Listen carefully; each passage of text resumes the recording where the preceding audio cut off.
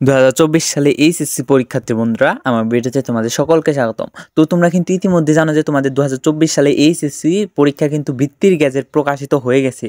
তো তুমি এখানে মেধাবৃত্তির ক্ষেত্রে মাসিক 825 টাকা এবং বছরে এককালীন 1800 টাকা কিন্তু পাবে, এবং এই সাধারণ বৃত্তির ক্ষেত্রে 375 টাকা মাসিক এবং বছরে এককালীন 750 টাকা করে পাবে। কিন্তু এটা কিন্তু হিউজ পরিমাণ একটা অ্যামাউন্ট। তো টোটাল একটা তোমরা কিন্তু ভালো অ্যামাউন্ট পাবে। তো এই যে কিন্তু দেখতে পাচ্ছ যে বৃত্তির তালিকা এটা কিন্তু প্রকাশিত হয়ে গেছে।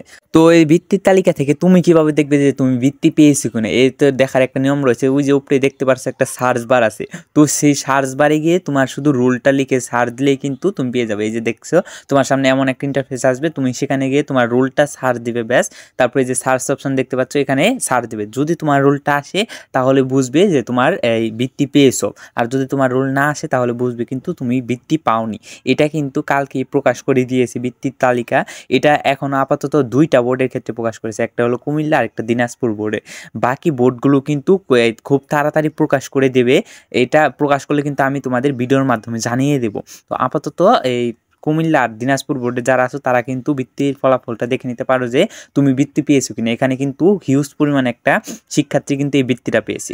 তো আপাতত অন্যান্য বোর্ডে বৃত্তি পেলে কিন্তু আমি তোমাদের ভিডিওর মাধ্যমে জানিয়ে দেবো। তো ততক্ষণ পর্যন্ত অবশ্যই সবাই চ্যানেলটাকে সাবস্ক্রাইব করে পাশে থাকা বেল আইকনটা ক্লিক করে রাখবে।